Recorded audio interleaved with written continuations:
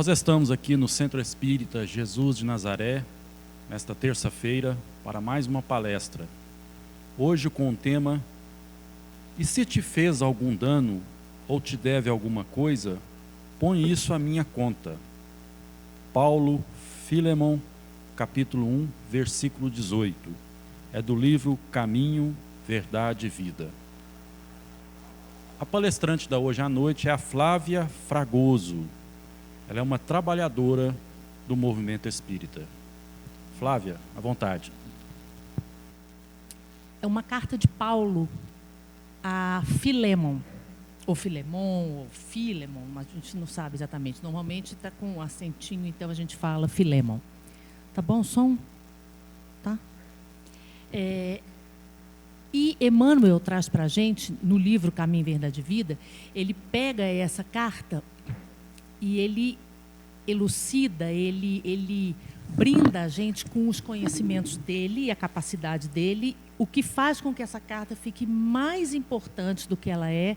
E eu, quando eu fiz esse estudo a primeira vez, eu achei achei ela tão profunda, tão assim, forte, que tomara, e tão óbvia, mas tão forte, que tomara que a gente consiga ver isso essa noite. Então, Paulo, essa carta tem 25 frases só. Ela é considerada a menor carta de Paulo. E essa carta é endereçada a uma pessoa. A gente conhece várias cartas de Paulo que foram endereçadas a comunidades, né? E só que essa é endereçada a Filemon. Então vamos nos localizar para ficar mais fácil da gente entender. Por volta do ano 62 depois de Cristo, Paulo estava preso. Era a primeira prisão de Paulo. E ele estava preso numa situação um pouco diferente, porque ele era, de qualquer forma, perseguido ou não, cidadão romano. E como o Império Romano dominava tudo, ele foi preso em uma prisão domiciliar. Ele não estava no cárcere, ele não estava na prisão. Então, arrumaram para ele uma casa, ele ficava preso nessa casa, por conta de ser cidadão romano, né, como a gente já falou, mas ele tinha que ir à prisão para se alimentar. Lá não tinha comida. Ele ficava hospedado lá, hospedado assim, né, maneira de dizer, e ele tinha que se alimentar na prisão. E todos os dias, então, ele ia lá buscar o alimento dele. E ele aproveitava tanto a ida, quanto a estadia dele lá, quanto a volta, para falar de Jesus. Em Efésios 6, a gente vê ele preso,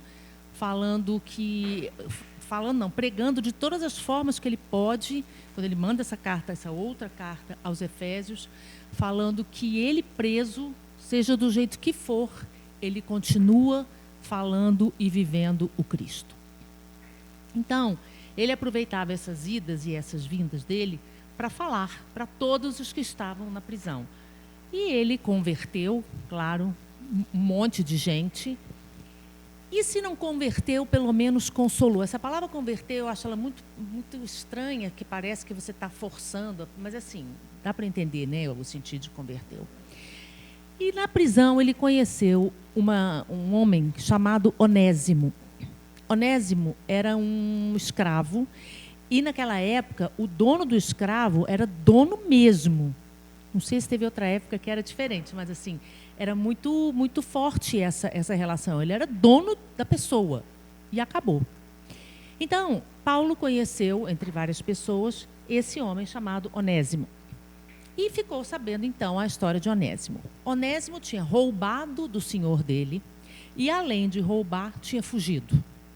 Então, naquela época, ele tinha cometido 2 crimes. O de fugir do dono dele e o de roubar o dono dele.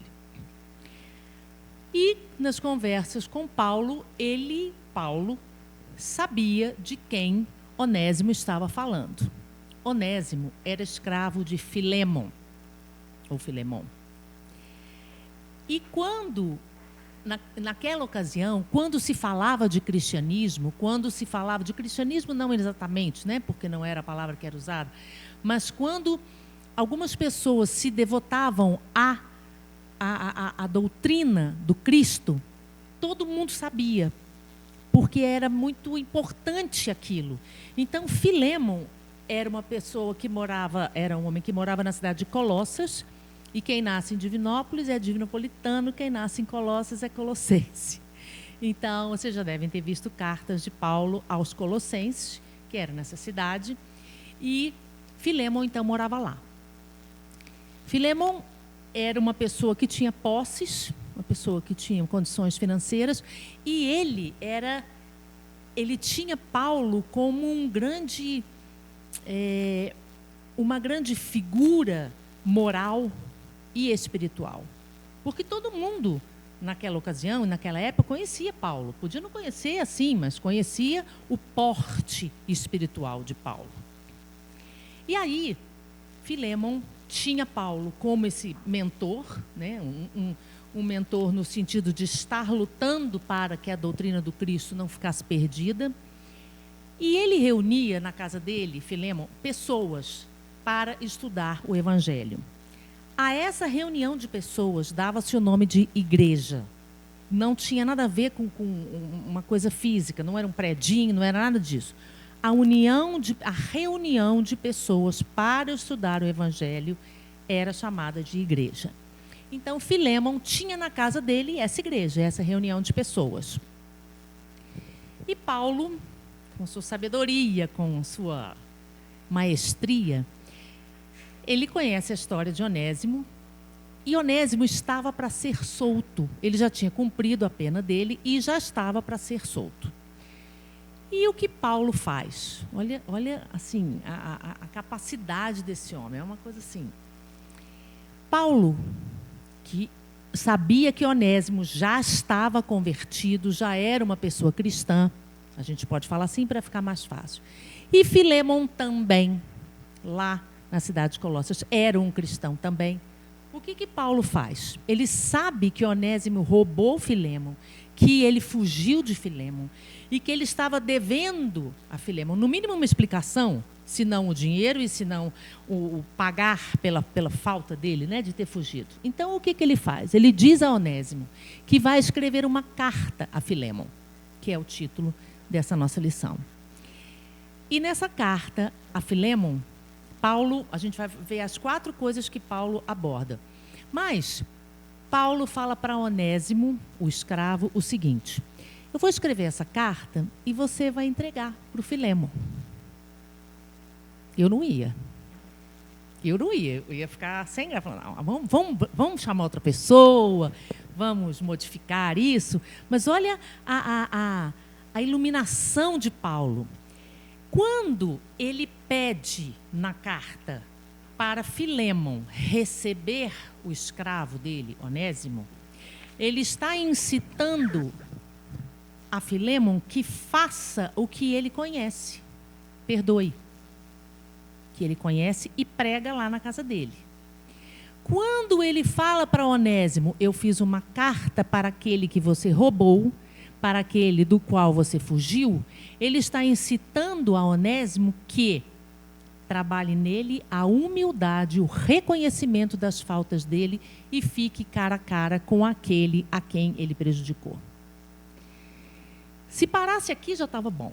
Se parasse aqui já tinha uma lição inteira para a gente, né? Porque essas 2 possibilidades que, na verdade, o Evangelho não traz para a gente se aconteceu ou não, essa é uma questão que a gente vai ficar sem saber, mas eu acredito, na minha ignorância, que o ficar sem saber, ele dá para a gente justamente a capacidade de pensar o que eu faria. E se fosse eu, será que eu tinha ido? Será que eu não tinha ido? E se eu fosse o Filémon, será que eu tinha perdoado? Eu acho que, eu penso, isso é da minha cabeça, isso que eu estou falando agora, tá? Eu penso que se não houve uma resposta para nós, de que se aconteceu mesmo, se Onésimo foi, se Filémon perdoou ele, isso não está escrito, não está claro, ou pelo menos não se tem notícia, eu penso que é porque não precisa de resposta. Cada um de nós sabe o que uma situação dessa faria a gente trabalhar ou não, né? Então, Paulo faz essa proposta a Onésimo. Essa carta que ele escreve, ela tem 4 partes. Para quem quiser, essa carta está na Bíblia, em Filemon 1.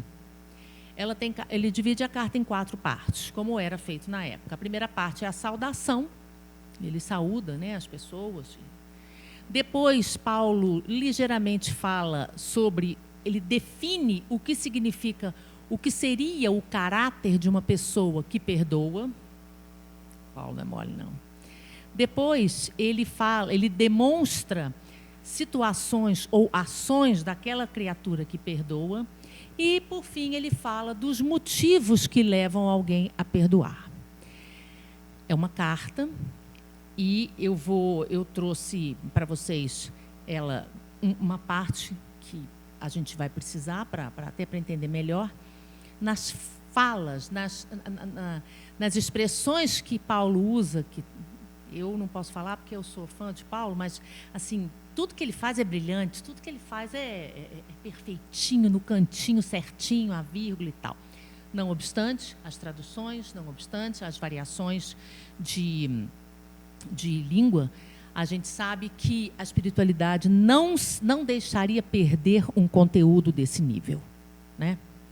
Então, ele começa dizendo: Paulo, prisioneiro de Jesus Cristo.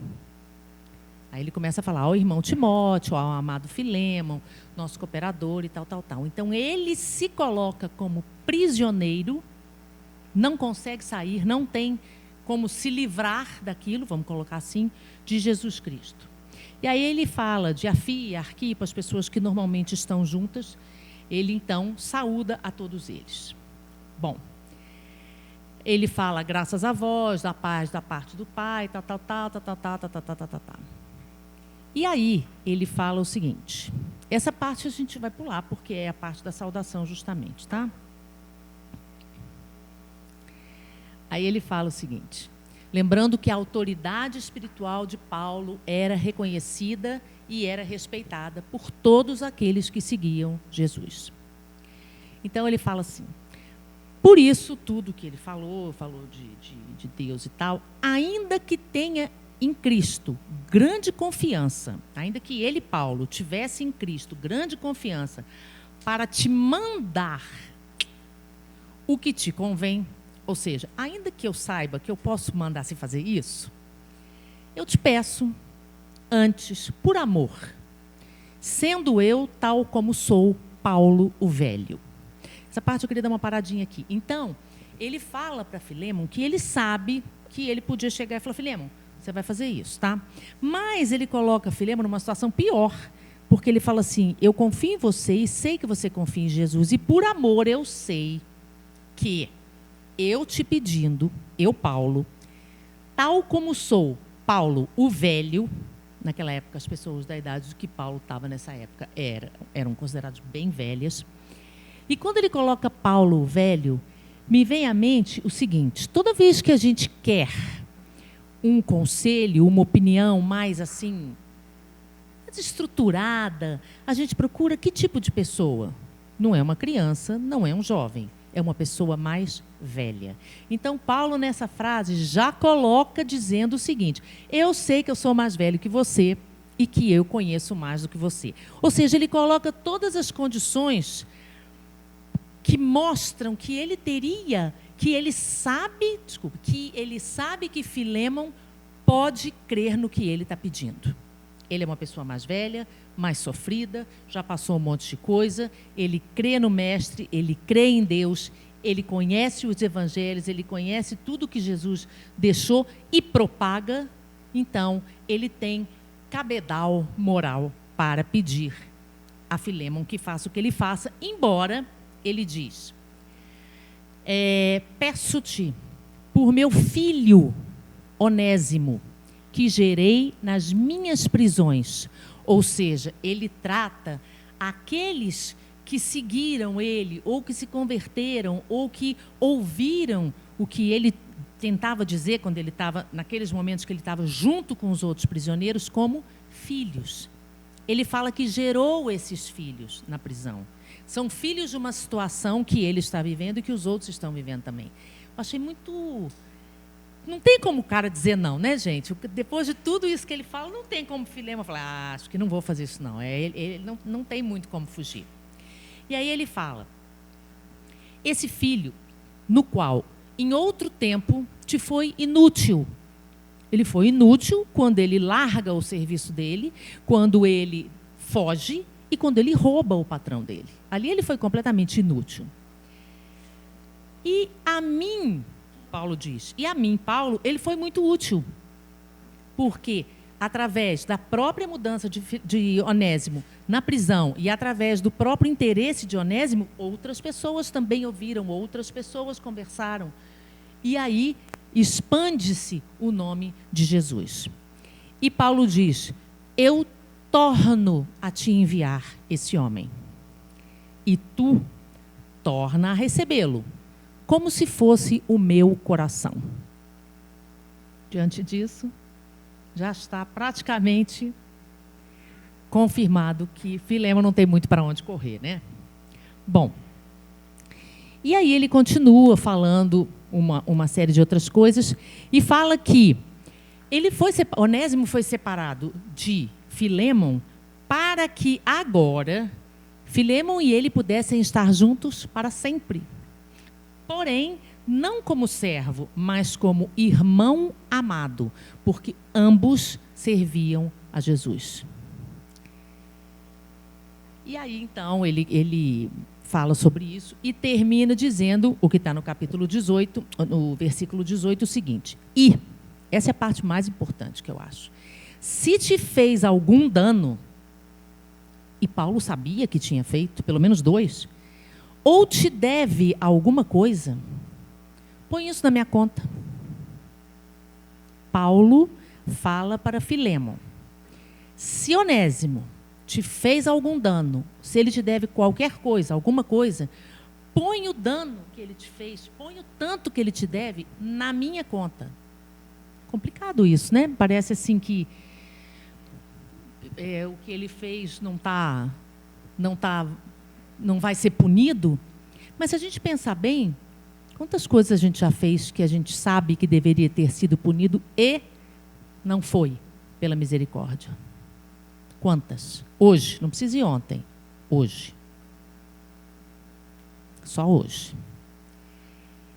E quando Paulo fala isso para ele, eu queria dar um exemplo, que é um exemplo simples, tá? É um exemplo bem simples, mas que eu acho que vai conseguir ilustrar um pouco do óbvio, porque isso o que ele vai falar é óbvio, dessa situação. Às vezes é tão óbvio que fica difícil da gente entender, né? Então, vamos supor que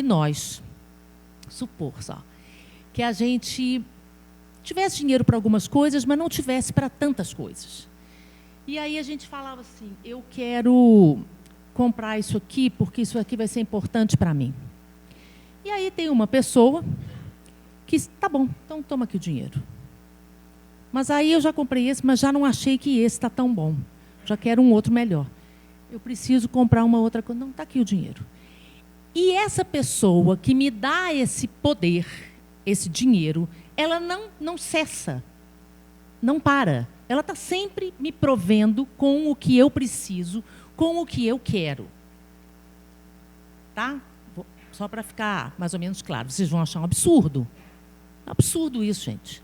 Cada um tem que lutar pelo seu, não é? O que nós vamos fazer agora? Se essa pessoa, se esse cidadão, se esse ser é Jesus Cristo e nós somos eternos pedintes dele e ele está sempre dando para a gente oportunidades, chances e oportunidades. Quando Paulo fala isso, quando Paulo clareia ou lembra Filemon disso, ele quer dizer o seguinte, Filemon, você deve também um monte, não é para ele, Paulo, não. É para a espiritualidade que não larga a gente. A gente pede o dia inteiro. Bobagem, coisa séria, pede para os outros. A gente pede o tempo todo. Se alguém não pede, eu acho que não podia estar aqui dentro dessa sala, porque não vai fazer sentido. Então, como estamos todos aqui, eu tenho certeza absoluta que nós somos eternos devedores da espiritualidade. E aí fica uma coisa complicada, porque essa palavra ela é muito forte e fica assim, mas então a gente vai ficar aqui pagando o resto da vida? Que sorte se a gente tiver de pagar. Essa questão de pagar é uma questão feia, que a gente já ouviu em vários lugares, que a gente veio, inclusive em alguns lugares que se dizem participantes ou trabalhadores da doutrina espírita, que dizem que a gente veio aqui pagar. A gente não veio aqui pagar nada. A gente veio aqui para ter uma oportunidade de refletir, rever e reconquistar caminhos ou conquistar novos caminhos. Só que é a nossa consciência que clama. Onde está escrita a lei de Deus? Não tem um livro falando sobre isso. É na minha mente, é na minha consciência que está escrita a lei de Deus. O que para mim foi horroroso que eu fiz, você pode ter feito um monte de vezes e para você não tem problema nenhum. Porque isso é individual, intransferível. Então, quando a gente fala essa frase de que então nós somos devedores eternos da espiritualidade, é porque isso é verdade. No mundo de provas e expiações, a gente está vendo o peso que as coisas estão, esse princípio de ano, as coisas estão pesadas, as pessoas estão desanimadas, as pessoas estão sem vontade, né? A gente está vendo quanta gente tem vivido de uma forma difícil. Gente, se não fosse a espiritualidade, eu não sei o que ia ser de nós. Eu não sei mesmo o que ia ser de mim. Porque tem dia que a gente não quer nem abrir o olho. Quanto menos levantar e tomar banho e trabalhar e tudo mais. Há uma força muito grande do bem, lutando contra uma força muito forte que está em nós, que ainda é uma força de sombra, que ainda é uma força do mais fácil, que ainda é uma força do não estou nem aí, que ainda é uma força de primeiro eu. Então, a força que a espiritualidade faz é muito grande. A nossa contribuição não é muito grande ainda. A gente tem momentos de lucidez, a gente tem momentos como a gente tem esse aqui agora, de ouvir o óbvio e falar, nossa, é mesmo, se não fosse eles, eu não... Quando a gente fala espiritualidade, pode ser o que você chamar. Porque tem gente, a gente já falou sobre isso aqui, por exemplo, eu tenho minha medalha aqui, que para mim é um adorno, mas eu adoro. Então, você precisa dela? Não, não preciso dela, tem dia que eu não sabe, mas eu gosto. Então, essa questão do físico, de ter uma imagem, de ter... Não precisa nada disso. Mas pode ser que algum de nós, em algum momento, precise. E não tem problema nenhum. A nossa fé é fraca. Ela oscila e vacila. Lógico que a gente não vai, né, também fazer aquelas coisas de antigamente, como é que fala? Símbolos e coisas, né? Não deixa de ser um símbolo, não vamos mentir para nós. Mas vamos respeitar o momento que a gente vive. Então, quando Paulo fala isso para Filémon, ele quer dizer para Filémon literalmente o seguinte: Filémon, você já fez muita bobagem, ok? Ok.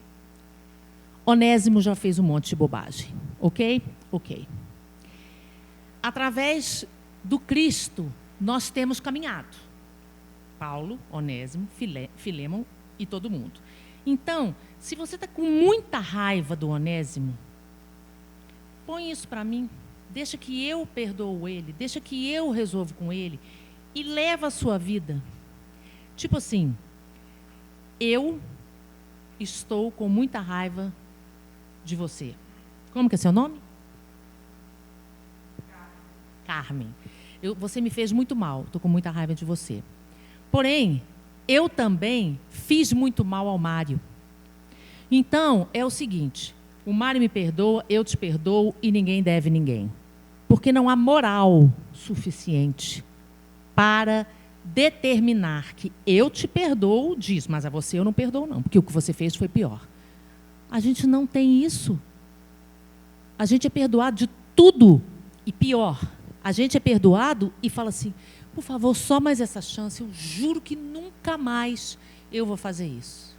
Se passar meia hora do nunca mais, ainda está bom. Isso é o que a gente ainda é. É como a gente está. Isso é como a gente está hoje.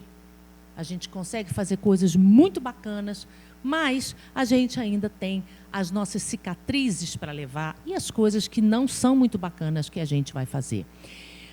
Um exemplo que eu dei, que também eu achei que ficou bastante ilustrativo, e é uma coisa que a gente já sabe, tudo que a gente faz ao universo e a todas as pessoas e coisas e seres vivos que fazem parte do universo é nosso. Tudo. O bom e o ruim. É como se tivesse no universo marcado meu nome com estrelinha vermelha, estrelinha azul, estrelinha verde, estrelinha amarela, estrelinha rosa. E aí, quando eu consigo fazer uma coisa boa, se a gente pusesse na balança a minha estrelinha rosa, de uma coisa muito bacana que eu fiz, 80, 100, 200 estrelinhas ruins, estrelinhas escuras, sombreadas, cairiam. É um exemplo infantil, mas é um exemplo que eu espero que fique bem claro. Para cada ação boa que eu faço, eu estou sendo perdoado pela espiritualidade de tantas coisas que eu já fiz de errado. Chico Xavier fala uma frase que eu considero assim salvadora, que ele fala que o bem que a gente faz é nosso advogado em qualquer lugar. Então, às vezes, a gente está esperando um negócio e falando assim, nossa, mas não aconteceu isso de ruim, né?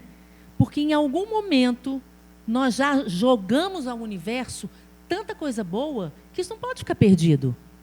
Como a gente fala, a lei dos homens, ela nos pune, ela nos julga pelo que a gente fez de errado. Você matou esse homem, então você vai preso. Não estou julgando nada, eu estou só falando, tá?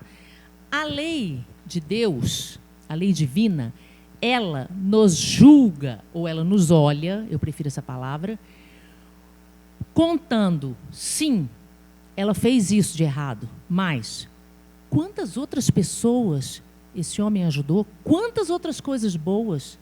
Porque se assim não fosse, a gente estava em maus lençóis.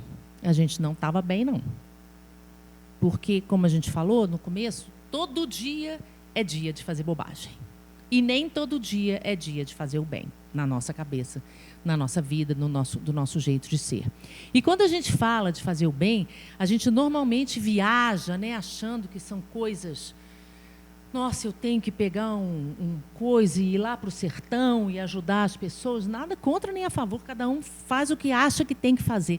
Mas estamos esquecendo de que é na nossa família que é o lugar mais difícil de fazer esse bem, que é o lugar mais complicado, por isso que está todo mundo junto ali, que a gente deixa de fazer. Tem situações que a gente ouve assim, nossa, o fulano de tal não sai do centro, mas chega em casa e ele não cumprimenta ninguém da família. Não adianta nada. Na verdade, não é que não adiante nada. É claro que adianta, porque ele está fazendo bem para outras pessoas, mas a essa falta vai ser cobrado. Lógico. Senão não tinha vindo todo mundo junto ali naquela situação.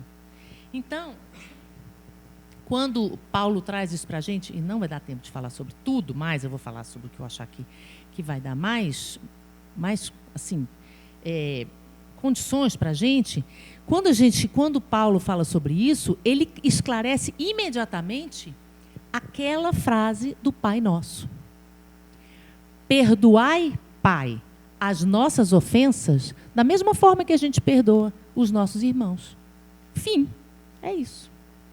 Então, eu quero que, eu sendo Filémon, um exemplo, quero que Paulo me ajude junto ao Cristo, peça ao Cristo que me perdoe das minhas falhas, mas quando Onésimo chega para requerer o meu perdão, que é um trabalho forte dele, humilde, de chegar até mim, eu não aceito.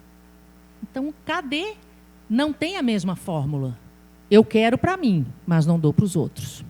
E ele lembra, Emmanuel lembra, uma parábola de Jesus que se chama vou achar aqui, o credor incompassivo. Quem é incompassivo é quem não tem compaixão. Em termos de dinheiro, eu vou falar mais ou menos porque é complicado, tá? Essa parábola está em Mateus, quem quiser dar uma olhadinha, depois dá uma olhada. Existia um senhor que tinha vários servos. Um rei, desculpa, tinha um senhor que tinha vários servos.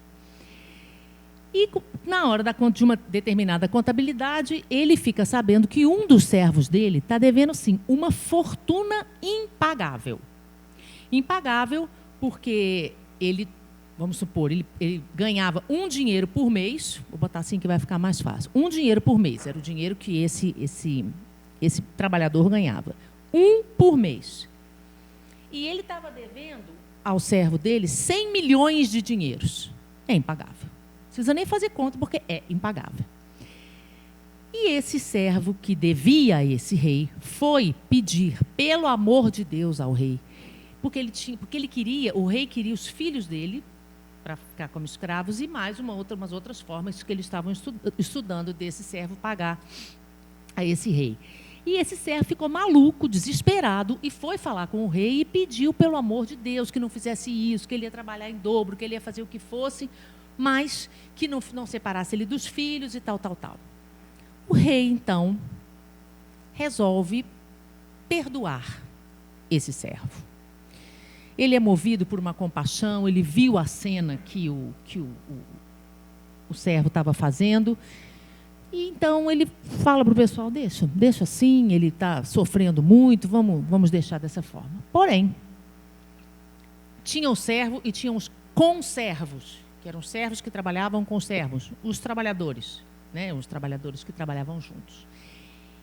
E esse servo que foi perdoado encontrou com um conservo que devia a ele, que tinha sido perdoado, muito dinheiro.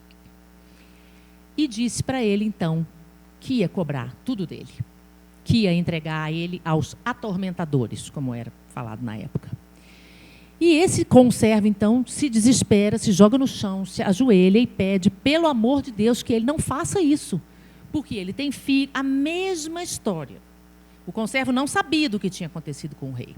Porém, os outros trabalhadores viram isso. Porque, no final das contas, o servo que tinha sido perdoado vira e fala assim, não, eu não te perdoo. Você vai, então, ficar com os atormentadores, e eu não sei exatamente falar o que acontecia naquela situação. Os trabalhadores que estavam junto e assistiram aquela cena foram imediatamente falar com o rei. E o rei manda chamar, então, esse que tinha sido perdoado e fala, agora você vai ser entregue aos atormentadores. Isso fala bem de nós, né? Isso mostra bem direitinho como somos.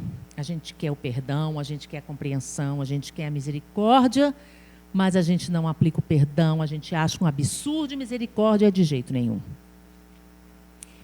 E mais, a gente julga. Ele não me pediu desculpa. Ele falou só mais ou menos. A gente julga. A gente julga. E quantas vezes a gente nem perdão pediu e falou, e foi pedir depois, porque foi descoberto. Senão a gente passava sem nem achar que aquilo tinha sido tão ruim assim. Mas como fomos descobertos, aí a gente, não vou ter que ir lá pedir perdão para fulano, ele viu eu fazendo isso. Então é muito hipócrita a nossa forma de viver. E quando Emmanuel traz para a gente esse assunto, ele fala, você também deve. Está todo mundo devendo. Devendo a alguém que não cobra. Devendo a alguém que não julga. Devendo a alguém que não está cobrando juros de nada. Mas que está te dando linha, vamos falar assim, te dando crédito, e tome crédito, porque você está pedindo e porque ele crê que nenhum de nós vai se perder. Nenhuma das minhas ovelhas vai se perder. Ele acredita nisso. Se ele não acreditasse, ele não estava aqui até hoje. Ele não tinha vindo e encarnado na dificuldade que foi nesse planeta de provas e expiações, para que a gente pudesse... Quando fala aquela frase que Jesus salva, eu acho que ele salva nesse sentido, porque ele vai dando crédito para nós. E não tem fim. É claro que tem limite. tem limite, mas não tem fim. Porque a partir do momento que a gente revê determinadas coisas ou aplica nossa energia, nossa fala, nosso comportamento no bem, o que acontece? Vem tudo aquilo, ou muita coisa daquilo que a gente fez de errado, é como se a gente começasse de novo e pudesse errar novamente. Olha o tamanho disso. Não dá nem para a gente entender direito, né? E também não dá para a gente chegar mais profundamente, porque é uma coisa muito complicada até da gente falar. Então, Emmanuel pergunta para a gente, que ele já sabe também, mas para a gente se perguntar: por que então o pessimismo e o desespero quando a calúnia ou a ingratidão nos ataca? Gente, é ruim demais alguém falar uma coisa da gente que não é verdade. É de chorar.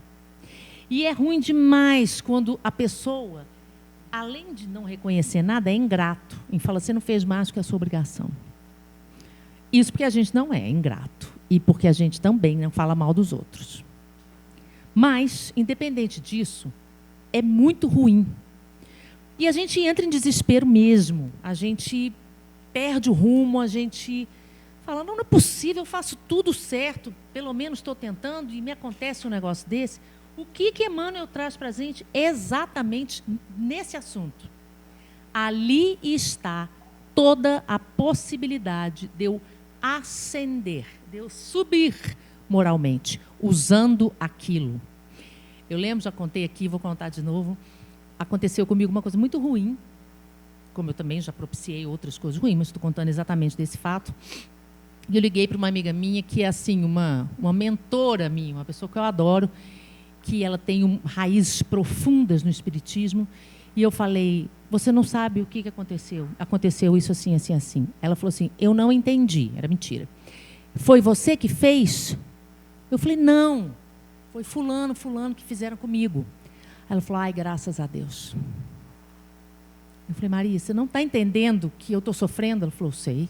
Você ia sofrer muito mais se fosse você que tivesse feito isso. Dá graças a Deus. A gente esperando aquele colo, aquele coitadinha, né?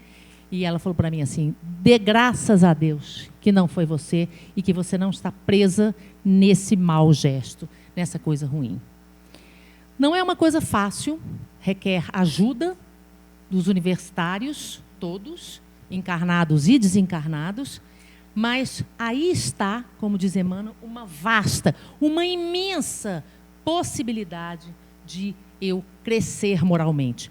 Eu vou chorar, eu vou ficar com raiva, esses são os meus minhas primeiras manifestações, porque isso é do ser humano.